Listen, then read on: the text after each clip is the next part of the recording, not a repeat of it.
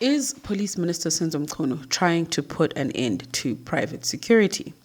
Let's discuss this. Welcome to my YouTube channel. My name is Junhlongwane, and on this channel I provide commentary on politics as well as current affairs. So according to Daily Maverick, I'm going to link the article that I'm just going to break down for you guys just to build on the story. I'm going to link it in the description box. Please feel free to go look at it yourself just so you can follow along in terms of what I am sharing with you guys here in this video.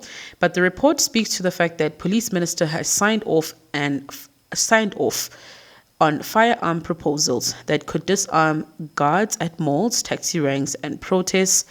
This has triggered pushback from the security industry and praise from gun control advocates. I want to just also take an extract from this article where the Private Security Industry Regulatory Authority, they had one of their representatives quoted in this piece, and the representative basically saying that the proposals made in order to restrict the firearm use are not designed to harm security companies or to cut jobs, but instead the proposals intend to regulate and track private security companies' possession of and use of firearms and ammunition. I also want to quote again from the same article a representative by the name of Taylor. She is from the Gun Free South Africa. So just two quotes that came from her. Before I get into my commentary, and Taylor said that we support the prohibition on security officers possessing firearms in spaces like shopping malls, taxi ranks, and schools, as it is a significant safety measure that acknowledges the risk of firearms in crowded public spaces. She pointed out, however, that some areas of the proposal needed refinement as they overlap with the Firearms Control Act. Last quote from Taylor is her saying, for example, the GFSA, which is the organization, the Gun Free South Africa organization, has been inundated with queries from members of the public complaining about bodyguards openly carrying high-caliber weapons in restaurants, churches, shopping centers, and townhouses, said Taylor. And the last bit in this article that I just want to speak to before I get to my commentary, bear with me, is the numbers, the data. So the article highlights that currently the private security sector has 570,000 actively employed security officers. Meanwhile, as of February, which is the latest report, the South African Police Service has 184,000 employees. The number of actively employed private security officers in South Africa is therefore more than 3 times the number of police, and the SAPS has also indicated or spoke to staff shortages. Okay, cool. That was quite a mouthful in terms of what the Daily Maverick has reported following the proposal that came from the police ministry. Couple of points, and what I mainly highlighted or extracted was people speaking for the proposal to instate more regulation on private security companies. The main thing here which I'm picking up is that it is all about controlling the use of firearms. If you look at the quote coming from the GFSA, they are concerned about the visibility of very dangerous or sort of, like the high-end firearms in public spaces and how that is basically making people feel uncomfortable. And first commentary is particularly on this GFSA point, where they say they welcome the proposal to have further restrictions, particularly complaining about the use of firearms or the visibility of firearms in open places. I just want to give you guys a quick reference here to the country of El Salvador. When the president of El Salvador, Nayib Bukele, when he started clamping down on crime, because El Salvador, just like South Africa, was dealing with high crime. I think it was the most dangerous country in the world once upon a time. And a lot of it was gang related, so there was a clear root cause of why the issue was there. But the president, when he was speaking about how he wants to deal with the issue, he deployed the army into every single corner of the country The army were there, members of the army were armed in restaurants, in coffee shops. And he tells a story where it was a tourist who had visited El Salvador just when obviously these measures were taking place, where he was trying to clamp down on crime, which, by the way, he has achieved. He has decreased murder, high violent crime by a significant margin. And he got one of the tourists that was coming into El Salvador said to him that, hey man, like, I'm at a restaurant trying to have my coffee and here's two armed people inside the shop. And of course that is intimidating. It kind of feels a bit pressured. You don't feel safe. You're meant to feel safe, but it kind of feels like something can happen at any time. And he just made the point and said, hey, I said to this tourist, you better enjoy your coffee, enjoy your croissant, relax. Don't worry about the presence of armed security members or armed soldier members. They are doing their job. When you enjoy El Salvador, enjoy the country, because he was able to realize that if you do not do this, you're not going to be able to get the country going to where it needs to go. And unfortunately, again, rude awakening to this GFSA organization. South Africa is at that point that if you really want to address the crime that takes place, because in South Africa, it's at a point where it can go down anywhere, anytime, literally. So speaking about, having high visibility of armed security members at the mall while having coffee, we also need to be able to link. Malls have high value items, whether it's your incredible connections, shops that have high value items, jewelry, electronics. So you need to be able to protect yourself, because just by virtue of having these things in your vicinity, you are at a high risk. Moving cash around, we've seen a lot of stories where they attack a cash in transit van in order to get the money, and bystanders get hurt or it gets ugly. So it is because of the increased visibility. It's because of the fact that the cash in transit companies, they have a guard who accompanies another guard, and this visibility is what is helping. So in as much as I can also agree, I'm not pro firearms. I hate guns. The sight of a gun does not make me feel good, but I think we also have to acknowledge the situation that we find ourselves in because of the African National Congress, where it is anytime, anywhere in South Africa. And even in spaces, for example, the GFSA speaks about gun visibility or armed people in churches. You wouldn't think that you need to have an armed guard at a church because it's not supposed to be that kind of place. But we are at that point where people are able to go into a church and rob. They've done it on camera, rob the congregation, rob the pastor, take their possessions. And that's where we are. El Salvador had to do the exact same thing in order to address the petty crimes, or at least the crimes that happen in commercial spaces. So what is also interesting in this piece is the private security being 3 times the size, or private security members being 3 times the size of the SAPS members. For me, a couple of things here. One, this just screams there is the highest demand ever, especially during this time, for preventative measures in terms of curbing crime. And it's no joke, it's no secret rather that the demand is probably coming a lot from private companies or private businesses, because I spoke earlier about high valued goods that are in demand, not just from consumers, but also people who want to make a quick buck. So by having so many more members in the private security space versus ACPS, this is an outcry that businesses need more support. And I speak about preventative measures because I live in an area where there is a lot of private security visibility, whether it's the cars, whether it's the actual members themselves. And if you live in a sort of a gated or complex security complex, you also know that they also roam around at night while you're sleeping. Some of them, they use quad bikes. Some of them, they walk on foot just to be able to do their rounds and their checks. All of these things are preventative measures, which are important because you want to stop the crime from happening completely.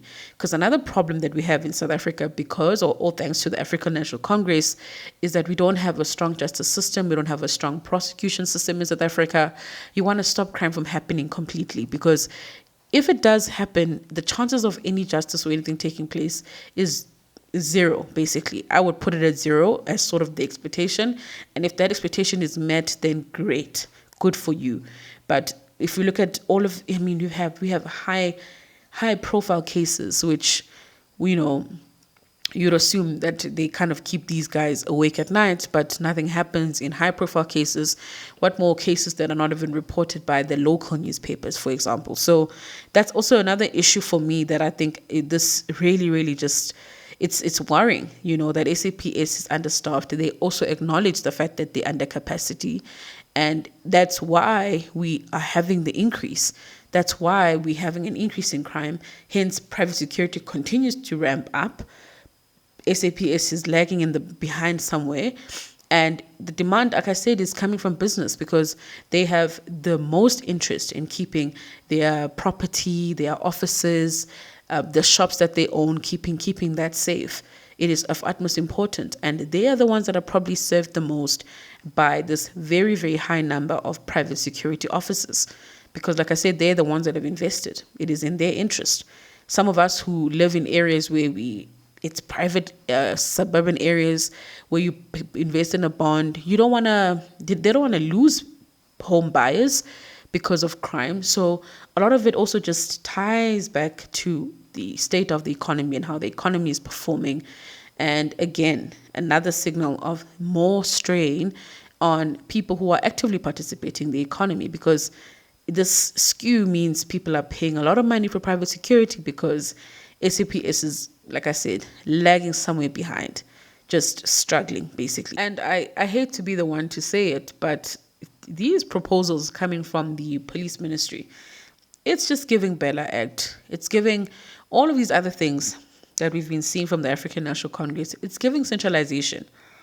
It's giving path to socialism. It's giving centralization, because I always say this when I talk to people outside of my platform, that countries like Venezuela and Cuba, which are the models of the socialism, communism roots that the ANC is trying to push South Africa towards.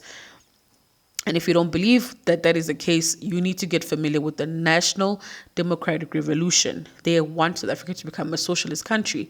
And if you look at the Venezuelas and the Cubas, the Cuba countries, they didn't get where they were overnight. It was a gradual system, introducing one thing. And today they're at a place where they are basically an anti-business society. They have no growth. They have very limited freedom.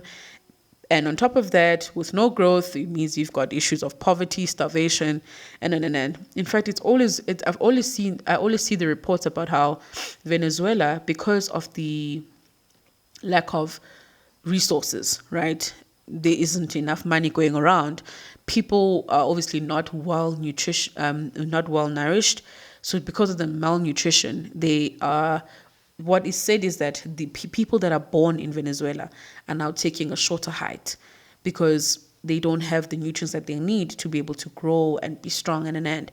So what we're going to see in generations to come is that Venezuela is going to be seen as a country that has short people. That is not because that's just how it is. It's because of nutrition. So that's the extent of communism. When you read of China's history and how millions of people died in farms because there just was not enough food getting to those people, that is the extent of communism, right? Because if you suffocate business, you suffocate growth, you suffocate any potential of markets and entrepreneurship and all of these things that I personally advocate for, what happens is that there's just people run out of money, people run out of food, and then there's problems. But for the extreme that we see in Venezuela, the extreme that we see in the case of Cuba, it didn't happen overnight. It was a gradual process. And my parting shot is we need to be awake. We need to be awake as a country. We need the African National Congress to put us at ease that if you are going to clamp down on private security, what are you doing as a way to help South Africa fight crime? You cannot render us basically helpless by putting more pressure on private security and maybe one day getting them out of the way when you have 3 times smaller size of SAPS members. What happens? So what, we're not going to be protected? But like I try to highlight the National Democratic Revolution. It is in there somewhere. All of these crises, economic growth, unemployment, safety. For some reason, somewhere, somehow, it works to the advantage of the ANC, because what happens is they create the crisis, and it becomes so bad that all they have to do in the next elections is come back and promise you that they're going to fix the problem, and people just sit on the promise. But I think it's time we just said enough with the promises. Maybe we don't buy it, because it's also true that the government has a lot of power through the different entities, the different organs of state. You've got judiciary, you've got legislature, you've got parliament. We are basically watching it happen now with the way that the ANC is approaching the VAT story. They just basically swindling their way to get VAT passed by any means necessary. That's pretty much what's happening. So if you look at all of these things, the state has a lot of power to make things happen. The ANC has a lot of power. Do not undermine their influence. But the power that is greater, that can actually defeat the ANC, is our vote. It's how we vote. If we decide tomorrow that we're going to split the vote between, maybe give 20 to the top 5 and let them go at it, it's a better split, because now even if you have this GNU coalition, you have the ANC still having a much stronger hand, still having a much stronger dominance. In fact, they've even said this is not any GNU, it's an ANC GNU. So, all of these things basically signaling the fact that to them, it's not over. They're still the ones in charge. So we have a greater power, and that is through our vote. So we need to equip ourselves. We need to be able to see and know and pick up on these things. It's not just a proposal to stop private security from having gun control. No, it's the government failing and then resorting to using power to control the situation. Private security is serving a lot of people. It's serving businesses, which you have failed to do. So if you have all of these issues and you want to make sure that there are no interference and you want to be what, do your part. Do your part. Minister Senzo Mchunu, do your part. Because like I said, even if you use the example of intimidating people because of the firearm is too big, it's too scary at a mall, I'm just trying to get my coffee, I'm not trying to, see any guns, all of that. It can happen anywhere, anytime. This is South Africa. The reason why you see visibility in those areas is because people that have invested in those areas just do not have time to take risks, because it is possible. It can happen anywhere. So the distractions, we need to be able to know what the distractions, and listen, there are so many that whenever they say this and you guys jump and you're like, yeah, rah, rah, rah, rah. For example, the whole idea of, or the whole narrative around how ANC responds to the US, that's a distraction, guys. The ANC has got no business fighting with the first world or the biggest economy in the world. You are a small boy in the world. For us to be so rah, rah, rah, we will not be bullied. It's a distraction. It's a distraction. And then on top of that, there's also the propaganda that keeps coming back. The ANC is the one that is pushing for this VAT to be pushed. They want to make us pay more VAT. But if you look at the news headlines, it looks as though the ANC is doing only their best. Excuse me. Your best would be to cut spending. That would be the best. But the propaganda is there, and we need to be able to understand what's going on and separate and cut the noise to focus on the most important things. Because in no time, we're going to be voting again. And we're going to be in the same situation.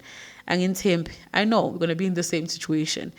But without addressing crime, whether it's through private security, whether it's through SAPS, working with private security, let's forget about growth.